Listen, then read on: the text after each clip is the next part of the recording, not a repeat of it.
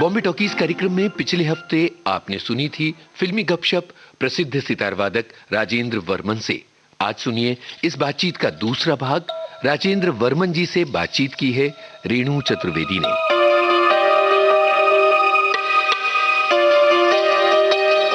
Bombay talkies सुनने वाले सभी श्रोताओं को रेणु चतुर्वेदी का नमस्कार।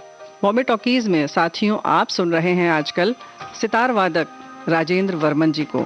तो इनकी जो खूबी है, इनकी जो शैली है और इनके जो अनुभव हैं रिकॉर्डिंग के समय के, संगीत बनने के समय के और ख़ुद इनके अपने अभ्यास के, तमाम जानकारी हम ले रहे हैं। तो आज सुप्रसिद्ध सितार वादक राजेंद्र वर्मन जी से ये बातचीत का सिलसिला जारी रखते हैं। राजेंद्र वर्मन जी, ये हम जानना चाहते हैं कि किसी फिल्म में क्या आपने भी मतलब प्रदर्शन आपका हुआ है या आप बैठे हैं? कुछ ऐसा मतलब मौके मिले। कई फिल्मों के अंदर मुझे ऑन स्क्रीन ही मतलब चांस मिला है जी, जिसमें तलाश है, गीत है, अच्छा, साउंड को आने दो, उसके अलावा अंगूर में, उसके अलावा ये सब ठीक है, मैंने उसमें ऑन स्क्रीन बजाया है। और उसमें खास बात है, मैंने एक हॉलीवुड की फिल्म में बजाया है जिसका नाम है स्टिफ अपर लिप्स। अच्छा, तो उसमें मैंने मतलब सितार बजाया भी है और ऑन स्क्रीन भी मतलब दिखे भी हैं। जी हाँ, क्या बात है। तो ऐसा मतलब काफी चलता रहा। एक वाकया मैं आपको ऐसा बताना चाहूंगा जी, जिसमें मुझे मतलब ऑन स्क्रीन बहुत दुख हुआ था। जैसे? फिल्म का नाम था प्रतिमा और पायल, और उसके डायरेक्टर चाहते थे कि भाई मैं मतलब आके फिल्म में आपके हाथ दे दीजिए जी, क्योंकि उसमें सितार जो बजाया था वो ओम शिवपुरी जी ने बजाया था फिल्म में, और शूटिंग पहले हो चुकी थी और उनको चाहिए था कि जो बजता हुआ दिखे, उंगलियां चलती हुई, उंगलियां चलती, तो मेरी उंगलियां लेना चाहते थे वो। आप बजाते हुए मतलब सिर्फ आपके हाथ की शूटिंग करेंगे। मुझे बुलाया तो मैं चला गया। वहां जब गया तो डायरेक्टर नहीं थे जिन्होंने मुझे बुलाया था जी, उनके जो असिस्टेंट डायरेक्टर वगैरह लोग थे। सेट रेडी था और मेरे को बोला आप मतलब बैठ जाइए। मैं सितार लेके बैठ गया। लाके उन्होंने मेरे को एक चौगा पहना दिया। मैंने कहा ये क्या भैया, जो तुम मेरे हाथ ले रहे हो तो चौगा कहाँ से आ गया? कहते नहीं, थोड़ा हाथ दिखेगा तो मतलब ओम शिवपुरी जी ने पहना तो आप वो तो चौगा तो पहनना ही पड़ेगा। मैंने कहा ठीक है। फिर कहा चलिए आपका रिकॉर्डिंग करते हैं, बजाइए आप सितार जी। मैं सितार लेके बैठा तो लोग नाराज हो गए, कहते आप ऐसे कैसे बैठे हैं? मैंने क्यों?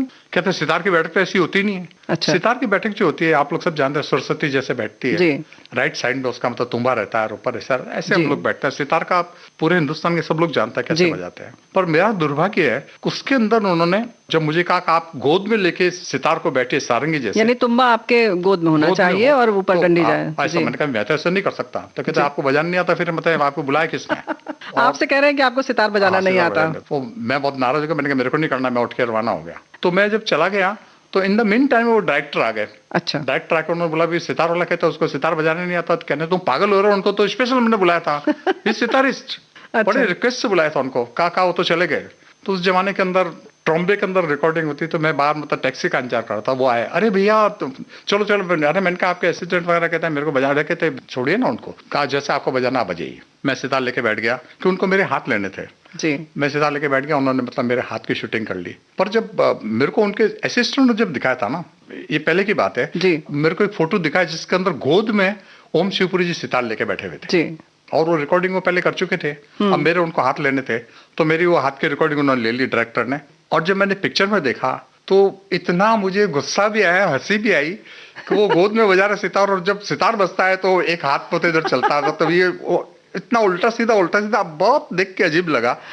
स्क्रीन पर जब दिखता है तो कभी सितार की दिशा बदल जाती है, यानी कि कभी वो तानपुरे की तरह पकड़ा है और जब उन्होंने ओम शिवपुरी जी को दिखा रहे होंगे तो सीधा होगा, और जब आपके हाथ दिखा रहे होंगे तो वो जैसे सितार बजता है वैसे रखा होगा। वैसे है। और ओम शिवपुरी जी मतलब ऐसे बजा जैसे मतलब सारंगी बजती है जी जी। तो बड़ा अजीब मतलब वो पिक्चर पर पिक्चर हो चुका और पिक्चर रिलीज भी हो गई। मतलब उसमें डायरेक्टर और जो लोग होते हैं ना, उनको कंसल्ट करना चाहिए कि इंस्ट्रूमेंट का कैसा है, सब क्या करना चाहिए। आपने गीत फिल्म में भी बैठ के बजाया है जी, आपको दिखाया भी गया है स्क्रीन पर, तो उसका क्या अनुभव था? गीत कैसा था कि रामानंद सागर की फिल्म थी वो, उसमें वो लोग चाहते थे अकबर का दरबार लगा हुआ है, और मैं उस वक्त मतलब कड़की का लब से निकल रहा था और मैंने उसमें सितार नहीं बजाया था, किंतु वो चाहते थे सितारिस्ट आए। तो उस वक्त काफी जो सेट था उसमें सब मतलब रिनाउंड सितार प्लेयर थे, 4-5 सितार प्लेयर थे, वायलिन सरोद सब कुछ थे। तो मुझे भी बुला लिया सितार के लिए, मैं चला गया। तो उसके अंदर जो ड्रेसअप था जी, वो मुगल आजम का टाइम का था। अच्छा। तो सबको चौगा पहनना, ये करना वो करना, दुनिया भर का पहन के वो गीत के अंदर किया। एक अनुभव था जी, तो भी हमने किया। उसके अलावा तलाश के अंदर भी मैंने सितार बजाया था, तलाश राजेंद्र कुमार एंड शर्मिला टैगोर की। तो तो उसके अंदर मेरे मतलब मैंने सितार बजाया था, तो उन्होंने कहा भाई ये जो लड़का आगे बैठा है जी, राजेंद्र कुमार आए थे और आके बोला ये लड़का बैठा है इसको पीछे करो। क्योंकि मैं खुद उस वक्त 20-21 साल का था और शक्ल सूरत जरा ठीक ठाक थी, तो वो कहता था इनको पीछे कर दो। तो ओपन एलन थे, कहने लगे भाई तो सितार का रियल आर्टिस्ट तो यही है जी। तो उन्होंने कहा क्या किया जाए, तो भैया उन्होंने क्या किया, टोपी लेके आए एक व्हाइट और मेरे सर पर रख दी। तो तलाश जो आप फिल्म देखेंगे तो राजेंद्र सितार बजा रहे हैं, सर पे टोपी है। तो चलिए तलाश फिल्म का ये गीत भी सुन लेते हैं इस वक्त। तेरे नैना तलाश करे जिसे, तेरे नैना तलाश करे जिसे, वो है तुझ में कहीं दीवाने। तेरे नैना तलाश करे जिसे, वो है तुझ में कहीं दीवाने। तेरे नैना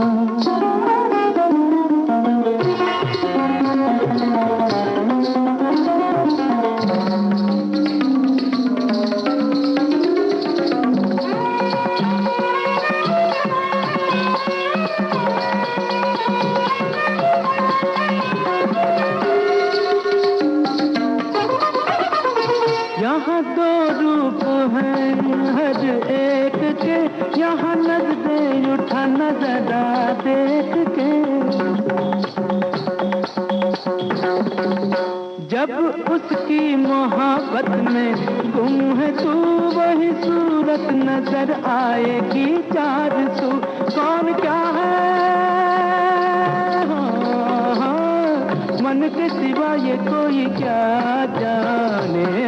तेरे नैना तलाश करे जिसे, वो है तुझ में कहीं दीवाने। तेरे नैना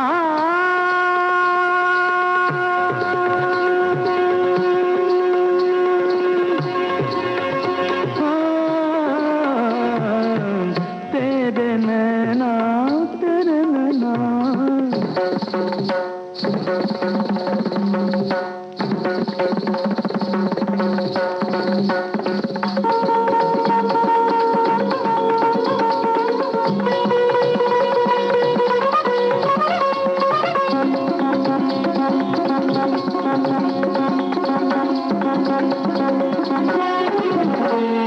जवान रात लेके तेरा नाम कहे हाथ बढ़ा कोई हाथ थाम। ये जवान रात लेके तेरा नाम कहे हाथ बढ़ा कोई हाथ थाम। ये जवान रात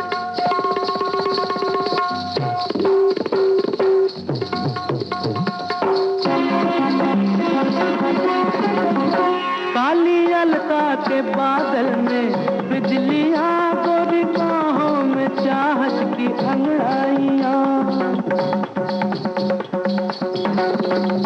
जो अदा है इशारा है प्यार का, ओ दीवाने तुझे चाहिए और क्या।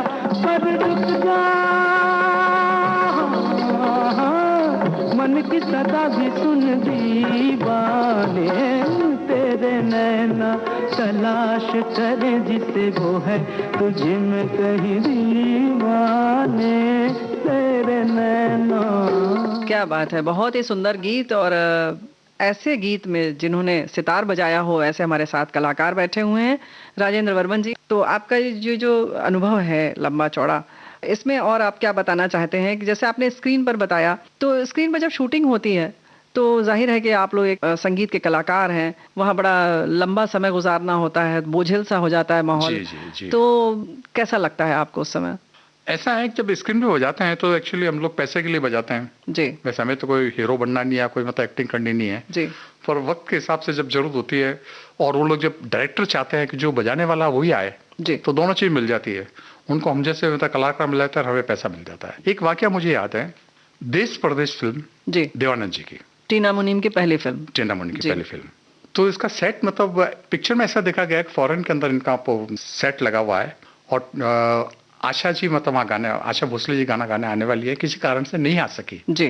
तो ऐसे हालात में ये लोग करते हैं कि किसी नए आर्टिस्ट को चांस देते हैं जी। तो टीना मुनीम को उन्होंने वहाँ मतलब खड़ा किया और उसको मतलब गाने के लिए बोला, किंतु सेट ऐसा था वहाँ कि टीना मुनीम आई तो लोग उसको सुनना नहीं चाहते हैं जी। ये कहानी थी पूरी, ये कहानी थी। उसके अंदर वो लोग मतलब पत्थर फेंक रहे हैं, टमाटर फेंक रहे हैं, ये फेंक रहे हैं, वे फेंक रहे हैं। तो उसके अंदर जब मैं सितार पे था तो देवानंद जी ने कहा ये सब मतलब कुछ उधर भी फेंक दीजिए, तो मैंने उनसे मतलब मना किया। जो संगीतकार बैठे हैं उनके ऊपर भी फेंक दो, पत्थर टमाटर जो भी। हाँ, तो मैंने उसका भैया वो सितार पे नहीं चाहिए, हमें इंस्ट्रूमेंट की बेइज्जती है और ये फेंका फेंके मतलब इंस्ट्रूमेंट पे नहीं होनी चाहिए। अच्छा, आपने कह दिया? हाँ जी हाँ। तो उसके बाद वो रुक गया और वो गाना था आप कहें और हम ना आए, ऐसे तो हालात नहीं। ऐसे तो हालात नहीं। अच्छा चलिए, ये गीत तो हम सुनेंगे जरूर, लेकिन वर्मन जी ये बताइए, आपको नहीं लगा कि अगर आप उसको छोड़ेंगे तो आपका पैसे का नुकसान होगा और आप एक फिल्म में काम कर रहे हैं, आगे और बहुत सारे काम मिलेंगे? एक्चुअली ऐसा था कि पैसे की जरूरत थी और यदि वो हमारा कहना नहीं मानते, यदि फैक्ट्री का आइटम हमारे ऊपर करते तो शायद मैं चला जाता, पर उन्होंने उस चीज को मतलब माना।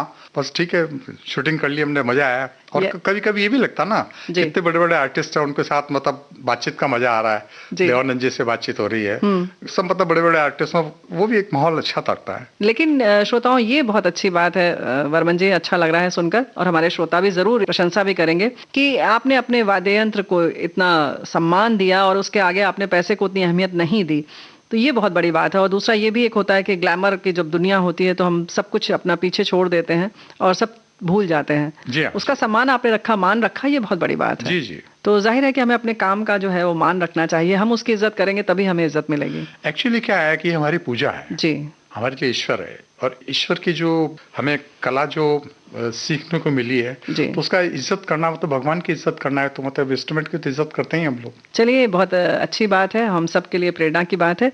तो जिस गीत का आप जिक्र कर रहे हैं, ऐसे तो हालात नहीं, सुनते हैं ये गीत फिल्म देश परदेश का।